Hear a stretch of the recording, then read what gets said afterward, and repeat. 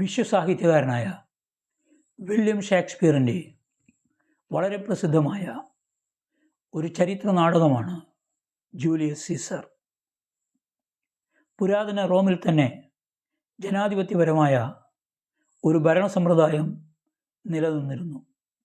സെനേറ്റർമാരും അവർ തിരഞ്ഞെടുക്കുന്ന ഭരണകൂടവും അവിടെ ഉണ്ടായിരുന്നു. പിൽക്കാലത്ത് ഭരണകൂടം ട്രംവിയേഴ്സിൻ്റെ കൈകളിൽ എത്തിച്ചേർന്നു. 3 പേരടങ്ങുന്ന ഒരു ഭരണ സംവിധാനമായിരുന്നു അത്. ആദ്യ ട്രംവിയേഴ്സിൽ ജൂലിയസ് സീസർ, ക്രാസസ്, പോംബെ എന്നിവരാണ് ഉണ്ടായിരുന്നത്. സൈനിക തലവനായി സീസർ പ്രവർത്തിച്ചു.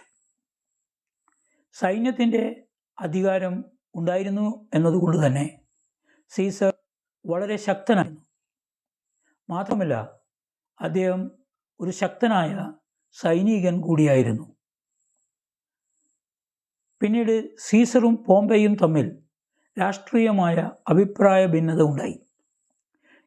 ഇത് ഒരു ആഭ്യന്തര യുദ്ധമായി മാറി. പോംബെ പരാജയപ്പെട്ട് നാടുവിട്ടു. പോംബെയുടെ മക്കളും സീസറോട് പരാജയപ്പെട്ടു. സീസർ വളരെ ശക്തമായി നിലകൊണ്ടു. റോമിലെ ജനങ്ങൾ സീസറെ ആരാധിച്ചു. ഇത് സെനറ്ററായ കാഷ്യസിന് വലിയ അസൂയയുണ്ടാക്കി. സീസറിൻ്റെ അടുത്ത സുഹൃത്തും സുസമ്മതനുമായ ബ്രൂട്ടസിനെ സ്വാധീനിച്ച് സീസറിനെതിരാക്കി. സീസർ ഒരു രാജാവാകാൻ പോകുന്നു എന്ന് ബ്രൂട്ടസിനെ വിശ്വസിപ്പിച്ചു. Caesar is ambitious. അങ്ങനെ സീസറെ ക്യാപിറ്റോളിൽ വെച്ച് വധിക്കുവാൻ അവർ ഗൂഢാലോചന നടത്തി. മാർച്ച് 15 അദ്ദേഹത്തെ വധിക്കുവാൻ തീരുമാനിച്ചു. സെനറ്റർമാരെല്ലാം എത്തിക്കഴിഞ്ഞപ്പോൾ കോൺസ്പിറേറ്റേഴ്സ് എല്ലാവരും ബ്രൂട്ടസിൻ്റെ നേതൃത്വത്തിൽ സീസറിനടുത്തേക്ക് നീങ്ങി. ഞങ്ങൾക്ക് ഒരു പരാതി ഉണ്ട് എന്ന് അവർ പ്രഖ്യാപിച്ചു. എല്ലാവരും സീസറിന് ചുറ്റും നിന്ന് ആ മഹാനായ ഭരണാധികാരിയെ കുത്തിപ്പരിക്കേൽപ്പിക്കാൻ തുടങ്ങി. ആദ്യമൊക്കെ സീസർ തടയാൻ ശ്രമിച്ചു. അവസാനമായി ബ്രൂട്ടസും അദ്ദേഹത്തെ കുത്തി. അപ്പോഴാണ് സീസർ ആ പ്രസിദ്ധമായ വാചകം പറയുന്നത്, "യു ടു ബ്രൂട്ടസ്." സാധാരണക്കാർ ഇളകി വശായി. അവർക്കാർക്കും എന്തിനാണ് സീസറെ കൊന്നത് എന്ന് അറിയില്ലായിരുന്നു. അപ്പോൾ ബ്രൂട്ടസും കൂട്ടരും നാട്ടുകാരെ വിളിച്ചുകൂട്ടി അവർ എന്തിനാണ് സീസറെ കൊന്നത് എന്ന് വിശദീകരിച്ചു. ബ്രൂട്ടസിൻ്റെ വിശദീകരണത്തിൽ അവർ വിശ്വസിച്ചു. അപ്പോൾ സീസറിൻ്റെ അടുത്ത കൂട്ടുകാരനായ മാർക്ക് ആൻ്റണി ബ്രൂട്ടസിൻ്റെ അടുത്തെത്തി. സീസറുടെ സ്മരണാർത്ഥം ഒരല്പനിമിഷം സംസാരിക്കാൻ അനുവദിക്കണമെന്ന് അഭ്യർത്ഥിച്ചു. നിഷ്കളങ്കനായ ബ്രൂട്ടസ് സമ്മതിക്കുകയും ചെയ്തു. അങ്ങനെ മാർക്ക് ആൻ്റണി അദ്ദേഹത്തിൻ്റെ പ്രസിദ്ധമായ പ്രസംഗത്തിലൂടെ ശ്രോതാക്കളെ മുഴുവൻ ഗൂഢാലോചനക്കാർക്കെതിരാക്കുകയും അവർ ബ്രൂട്ടസിനും കൂട്ടാളികൾക്കുമെതിരെ പ്രക്ഷോഭം നയിക്കുകയും ചെയ്തു. കോൺസ്പിറേറ്റേഴ്സ് എല്ലാവരും വധിക്കപ്പെടുകയും ചെയ്തു. മാർക്ക് ആൻ്റണിയുടെ ആ പ്രസിദ്ധമായ പ്രസംഗമാണ് ഇവിടെ നമുക്ക് പഠിക്കേണ്ടത്. ഈ പ്രസംഗം നിറയെ ഐറണിയാണ്. ഐറണി എന്ന് വെച്ചാൽ വിരോധാഭാസം നിറഞ്ഞത്. ഒന്ന് പറയുകയും മറ്റൊന്ന് അർത്ഥമാക്കുകയും ചെയ്യുന്ന രീതിയാണ് അത്. മാർക്ക് ആൻ്റണി ജനങ്ങളെ അഡ്രസ്സ് ചെയ്തത് തന്നെ വളരെ ഹൃദയസ്പർശിയായ രീതിയിലാണ്. അതാണ് friends, Romans, countrymen. Mark Antony അദ്ദേഹത്തിൻ്റെ പ്രസംഗം തുടങ്ങുന്നത് സുഹൃത്തുക്കളെ, റോമക്കാരെ, നാട്ടുകാരെ എന്ന് പറഞ്ഞുകൊണ്ടാണ്. Friends, Romans, countrymen, lend me your years.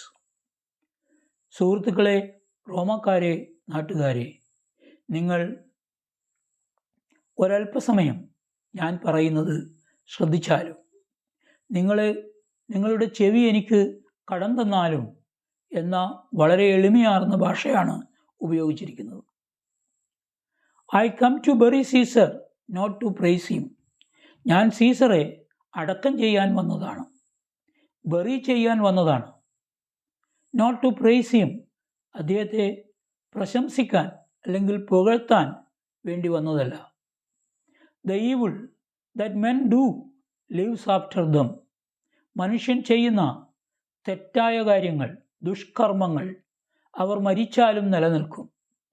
The good is often interred with their bones. അവർ ചെയ്യുന്ന അല്ലെങ്കിൽ മനുഷ്യർ ചെയ്യുന്ന നന്മകൾ അവരോടൊപ്പം കുഴിച്ചു മൂടപ്പെടും, സംസ്കരിക്കപ്പെടും. ഈ രണ്ട് വരികൾ തന്നെ വളരെ പ്രസക്തമാണ്. ഇവിടെ വിരോധാഭാസം കാണാം. മനുഷ്യൻ ചെയ്യുന്ന നന്മകൾ അവർ മരിച്ചാലും നിലനിൽക്കും എന്നാണ് പൊതുവെ നമ്മൾ പറയുന്നത്. പക്ഷേ ഇവിടെ ആൻ്റണി പറയുന്നത് the evil that men do lives after them. മനുഷ്യൻ ചെയ്യുന്ന തിന്മകളാണ് അവർ മരിച്ചാലും നിലനിൽക്കുക. The good is often interred with their bones.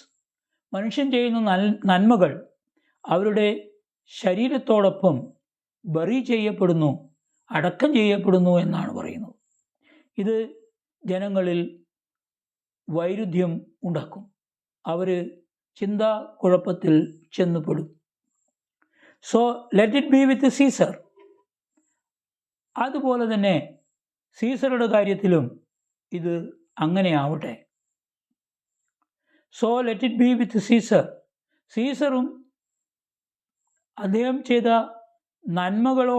നന്മകൾ അദ്ദേഹത്തോടൊപ്പം കുഴിച്ചുമൂടപ്പെടുകയും അദ്ദേഹം ചെയ്ത തിന്മകൾ അദ്ദേഹത്തിൻ്റെ മരണാനന്തരവും ജീവിക്കുകയും നിലനിൽക്കുകയും ചെയ്യുന്നു എന്ന രീതിയിലാണ് ആൻ്റണി ഇവിടെ പറയുന്നത്. The noble Brutus have told you Caesar was ambitious. ആ മാന്യനായ ബ്രൂട്ടസ് നിങ്ങളോട് പറഞ്ഞു സീസർ അംബീഷ്യസ് ആയിരുന്നു. സീസറിന് അധികാരമോഹം ഉണ്ടായിരുന്നു, ധനമോഹമുണ്ടായിരുന്നു. അതൊക്കെയുള്ള ആളെയാണ് അംബീഷ്യസ്. സാധാരണഗതിയിൽ അംബിഷൻ എന്ന് പറഞ്ഞാൽ നമുക്ക് എന്തെങ്കിലും ഒരു ലക്ഷ്യബോധമുണ്ടെങ്കിൽ അത്തരം ആളെ അത് നമ്മുടെ അംബീഷനാണെന്ന് പറയാം. പക്ഷെ ഇവിടെ അങ്ങനെയല്ല. ധനമോഹവും അധികാരമോഹവും ഒക്കെ ഭ്രാന്ത് പിടിപ്പിക്കുന്ന ഒരു വ്യക്തിയെയാണ് അംബീഷ്യസ് എന്ന് പറയുന്നത്. ഇഫ് ഇറ്റ് വെർ സോ, അതങ്ങനെ ആയിരുന്നെങ്കിൽ it was a grievous fault. Caesar ambitious ആയിരുന്നുവെങ്കിൽ, if Caesar were ambitious it was a grievous fault. അതൊരു വലിയ തെറ്റായിരുന്നു. And grievously had Caesar answered it. അതിന് സീസർ വളരെ ഗൗരവമായി തന്നെ വില കൊടുത്തു എന്ന് പറഞ്ഞാൽ അദ്ദേഹത്തിൻ്റെ ജീവൻ തന്നെ അദ്ദേഹത്തിന് നൽകേണ്ടി വന്നു. Here under leave of Brutus and the rest, for Brutus is an honourable man. ഇവിടെ ബ്രൂട്ടസിൻ്റെയും അദ്ദേഹത്തിൻ്റെ കൂട്ടുകാരുടെയും സമ്മതത്തോടെ, under leave of Brutus, under permission of Brutus, because Brutus is an honourable man. കാരണം ബ്രൂട്ടസ് ഒരു നല്ല മനുഷ്യനാണ്. So are they all. അതുപോലെ തന്നെയാണ് മറ്റുള്ള എല്ലാവരും. All honourable men. എല്ലാവരും മാന്യന്മാരായ വ്യക്തികളാണ്. ഉദ്ദേശിക്കുന്നത് കോൺസ്പിരേറ്റേഴ്സ് എല്ലാം മാന്യന്മാരായ വ്യക്തികളാണ് എന്ന് ആവർത്തിച്ച് പറയുന്നുണ്ട്, റിപ്പീറ്റ് ചെയ്യുന്നുണ്ട്. Come I to speak in Caesar's funeral. So under leave of Brutus and his friends I have come to speak in Caesar's funeral. സീസറുടെ ഫ്യൂണറലിൽ ഞാൻ സംസാരിക്കാൻ എത്തിയത് ബ്രൂട്ടസിൻ്റെയും കൂട്ടുകാരുടെയും പെർമിഷൻ്റെ ഭാഗമായിട്ടാണ്. He was my friend. He എന്ന് പറയുന്നത് Julius Caesar. Caesar was my friend, faithful and just to me. He was a faithful friend. വിശ്വസ്തനായ സുഹൃത്തായിരുന്നു, നീതിമാനായ സുഹൃത്തായിരുന്നു. But Brutus says he was ambitious. പക്ഷെ ബ്രൂട്ടസ് എന്തു പറയുന്നു? അദ്ദേഹം ആംബിഷ്യസ് ആയിരുന്നു, ധനമോഹിയായിരുന്നു, സ്ഥാനമോഹിയായിരുന്നു. And Brutus is an honourable man. പക്ഷേ ബ്രൂട്ടസ് ഒരു മാന്യനാണ്.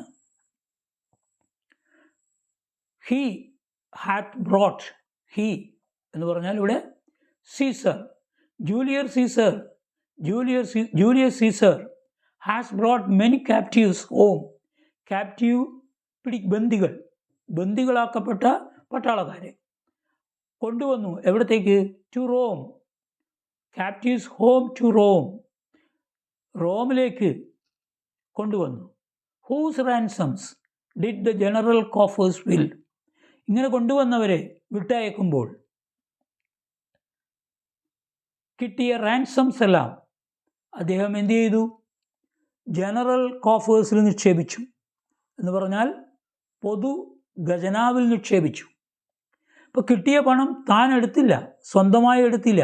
പിടിക്കപ്പെട്ട പട്ടാളക്കാരെ മറ്റുള്ളവരെ വിട്ടുകൊടുക്കുമ്പോൾ കിട്ടുന്ന വിടുതൽ ധനം അത് സ്വന്തം പോക്കറ്റിലിടാതെ, കുടുംബത്തിന് വേണ്ടി മാറ്റിവെക്കാതെ എന്തു ചെയ്തു? അത് ജനറൽ കോഫേഴ്സിലിട്ടു. കോഫേഴ്സ് എന്ന് പറഞ്ഞാൽ ഖജനാവ്. This in Caesar seem ambitious. ഇത് അല്ലെങ്കിൽ ഈ സ്വഭാവം, ഈ രീതി സീസറെ ആംബീഷ്യസ് ആയി കാണിക്കുന്നു എന്ന് ജനങ്ങളോട് ഒരു ചോദ്യമാണ് ഉന്നയിച്ചത്.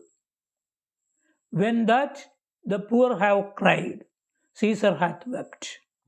When that the poor have cried, പാവപ്പെട്ടവർ കരഞ്ഞപ്പോൾ സീസർ എന്ത് ചെയ്തു? Caesar hath wept. സീസറും കരഞ്ഞു.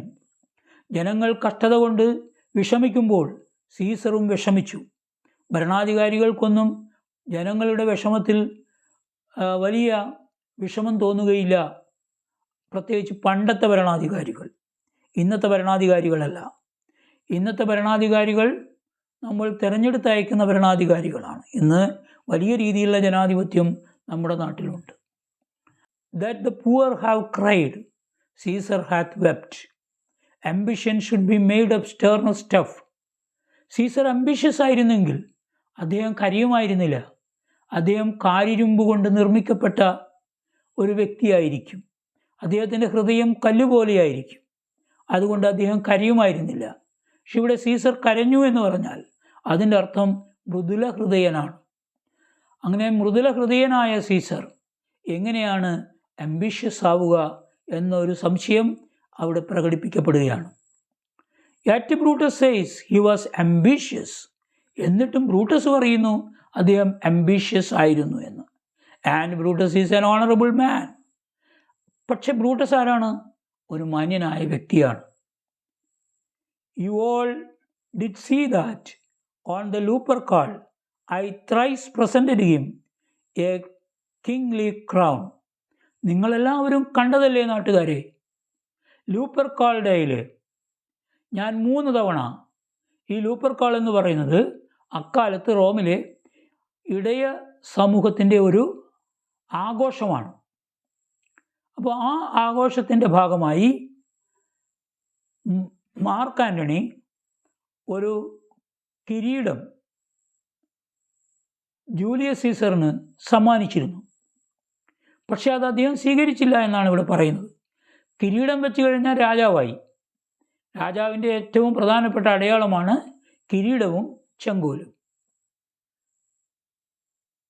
I thrice presented him a kingly crown. ഞാനൊരു കിരീടം അദ്ദേഹത്തിന് 3 തവണ പ്രസൻറ്റ് ചെയ്തു. Which he did thrice refuse. ആ 3 തവണയും അവനത് റെഫ്യൂസ് ചെയ്തു, നിരസിച്ചു. Was this ambition? ഇതാണോ അംബീഷൻ? അല്ലെങ്കിൽ ഇത് അംബീഷനാണോ? അംബീഷ്യസ് ആയ ഒരാൾ ഒരു കിരീടം വെച്ച് നീട്ടപ്പെട്ടാൽ അത് വേണ്ടെന്ന് പറയുമോ? അത് വാങ്ങി തലയിൽ വെക്കില്ലേ? Yet Brutus says he was ambitious.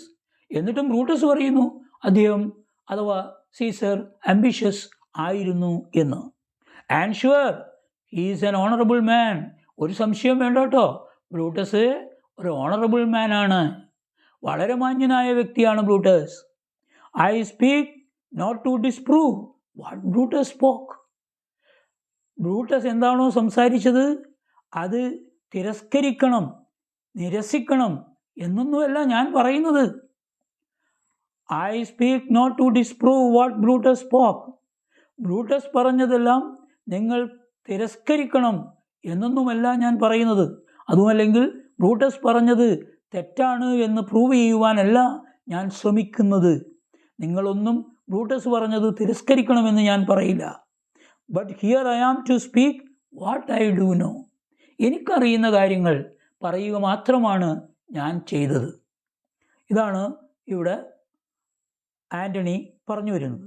ഇതിനെയാണ് നമ്മൾ ഐറണി സ്പീച്ച് എന്ന് പറയുന്നത്. ഇത് കേട്ട് ജനങ്ങൾ കൺഫ്യൂസ്ഡ് ആവുകയാണ്. You all did love him once. നിങ്ങളെല്ലാവരും you all did love him once. വളരെ സെൻസിറ്റീവായിട്ടാണ് ആൻ്റണി സംസാരിക്കുന്നത്.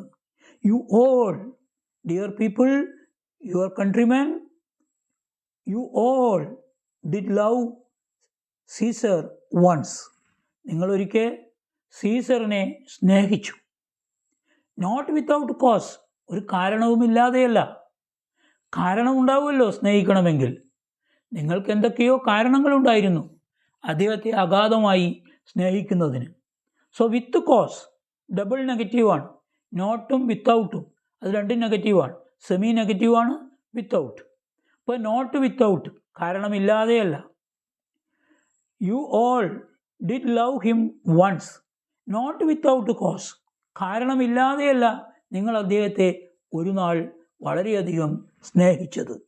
What cause withholds you then to മോൺ for him.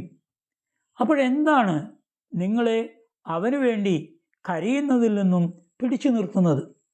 What cause withholds U, എന്ത് കാരണമാണ് നിങ്ങളെ തടഞ്ഞു നിർത്തുന്നത്? ടു മോൺ ഫോർ ഹിം, അദ്ദേഹത്തിന് വേണ്ടി കരയുന്നതിൽ നിന്നും. നമ്മൾ പ്രിയപ്പെട്ടവർ മരിച്ചാൽ നമ്മൾ കരയും. അപ്പോൾ നമുക്ക് പ്രിയപ്പെട്ട ഭരണാധികാരിയായിരുന്നു സീസർ. നിങ്ങൾ അദ്ദേഹത്തെ ഇഷ്ടപ്പെട്ടിരുന്നു. അങ്ങനെ വളരെയധികം ഇഷ്ടപ്പെടുകയും സ്നേഹിക്കുകയും ചെയ്ത ജൂലിയസ് സീസർ കൊല്ലപ്പെട്ടിരിക്കുന്നു. അദ്ദേഹത്തിന് വേണ്ടി കരയാൻ പോലും നിങ്ങൾ തയ്യാറല്ല. അത് നിങ്ങളെ തടഞ്ഞു നിർത്തുന്നത് എന്താണ് എന്ന് എനിക്ക് മനസ്സിലാവുന്നില്ല. ഓ judgement, thou art fled to brutish beasts. Oh my God, you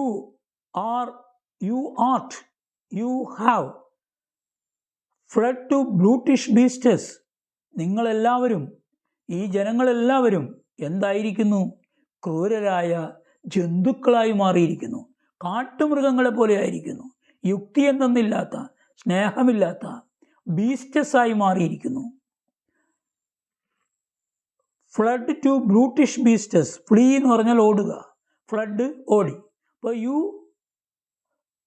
അതേ എപ്പോഴും ഇംഗ്ലീഷിൽ സമാന ശബ്ദത്തിലുള്ള വാക്കുകളുണ്ടാവും, കോമഫോൺസ് എന്ന് പറയും.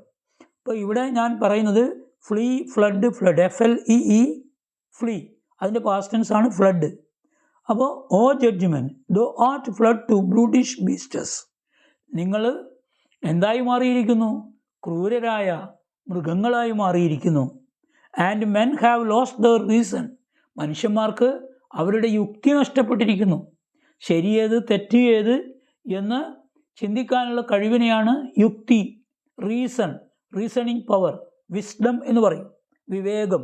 അപ്പോൾ റീസണിങ് പവർ വേണം നമുക്ക്, എന്നാലേ ശരിയേത് തെറ്റേത് എന്ന് തിരിച്ചറിയുന്നൊരു മനസ്സിലെ പ്രക്രിയയാണ് ഈ റീസണിങ് പവർ എന്ന് പറയുന്നത്. അപ്പോൾ അത് അവർക്ക് നഷ്ടപ്പെട്ടിരിക്കുന്നു എന്നാണ് മാർക്ക് ആൻ്റണി ജനങ്ങളെ നോക്കി പറയുന്നത്. ബിയർ വിത്ത് മീ, എന്നെ കൂടെ നിൽക്കൂ ഒരല്പസമയം. പ്ലീസ് വെയിറ്റ് ഫോർ മീ എന്നാണ് ഉദ്ദേശിക്കുന്നത്. Bear with me, please wait for me. My heart is in the coffin there with Caesar. ഇതെല്ലാം ഒരു സ്പീച്ച് ടെക്നിക്കാണ്. എൻ്റെ ഹൃദയം അതവിടെ സീസറുടെ കോഫിനിലാണുള്ളത്. സീസറെ അവിടെ കൊണ്ടുവച്ചിട്ടുണ്ട് ഒരു പെട്ടിക്കകത്ത്. മാർക്ക് ആൻ്റണി വരുമ്പോൾ തന്നെ അദ്ദേഹത്തിൻ്റെ കൂട്ടുകാർ ഈ യോഗം നടക്കുന്ന ചേംബറിനടുത്തായി ഹാളിൽ വെച്ചിട്ടുണ്ട്. അപ്പോൾ എന്താണ്? Bear with me, please wait for me, don't go away, I have not finished, but I cannot continue now. My heart is in the coffin there with Caesar. എൻ്റെ ഹൃദയം അവിടെ കോഫിനിൽ കിടക്കുന്ന, ശവപ്പെട്ടിയിൽ കിടക്കുന്ന സീസറിൻ്റെ കൂടെയാണ്. ആൻഡ് ഐ മസ്റ്റ് പോസ്, അതുകൊണ്ട് തന്നെ ഞാനൊരല്പം നിർത്തിവെക്കണം. പോസ് ചെയ്യുക, എ സ്റ്റോപ്പ്, അല്ലെങ്കിൽ എ മൈൽഡ് സ്റ്റോപ്പ്, ഒന്ന് തൽക്കാലത്തേക്ക് നിർത്തുക, അതിനെയാണ് സ്റ്റോപ്പ്, ഫുൾ സ്റ്റോപ്പ് അല്ല. അപ്പോൾ ഐ മസ്റ്റ് പോസ്, ഞാനൊന്ന് പോസ് ചെയ്യണം, എനിക്കൊരല്പസമയം വേണം. Till it come back to me, എൻ്റെ ആ ഹൃദയം സീസറിൻ്റെ അടുത്തേക്ക് പോയ, സ്നേഹം കൊണ്ട് മരിച്ചു കിടക്കുന്ന സീസറിൻ്റെ അടുത്തേക്ക് പോയ എൻ്റെ ആ ഹൃദയം തിരിച്ചെന്നിലേക്ക് തന്നെ വരുമ്പോൾ, അല്ലെങ്കിൽ എൻ്റെ ആ കോൺഷ്യൻസ് തിരിച്ചെന്നിലേക്ക് തന്നെ വരുന്നത് വരെ നിങ്ങൾ വെയിറ്റ് ചെയ്യൂ. ഞാൻ നിങ്ങളോട് സംസാരിച്ച് കൊണ്ടിരിക്കാം. കുറേ കൂടി എനിക്ക് സംസാരിക്കാനുണ്ട്. Please bear with me, please stay with me, bear with me, stay with me, എൻ്റെ കൂടെ തന്നെ നിൽക്കൂ. Don't go anywhere else. I have to speak a lot of things, but up to now my heart is with Caesar, and please wait till the heart comes back to me എന്നാണ് ഇവിടെ പറഞ്ഞത്. വളരെ പ്രസിദ്ധമായ ഒരു പ്രസംഗമാണ് എന്ന് ഞാൻ തുടക്കത്തിലേ പറഞ്ഞു. ഇതിൻ്റെ മുഴുവൻ ഭാഗവും എടുത്തു വായിക്കുവാൻ നിങ്ങൾ ശ്രദ്ധിക്കുക. നിങ്ങൾക്ക് നല്ല രീതിയിൽ ഇത് പ്രദർശിപ്പിക്കുവാനും സാധിക്കും. നിങ്ങൾക്കിത് ക്ലാസ്സിൽ അവതരിപ്പിക്കുവാൻ സാധിക്കും. Thank you.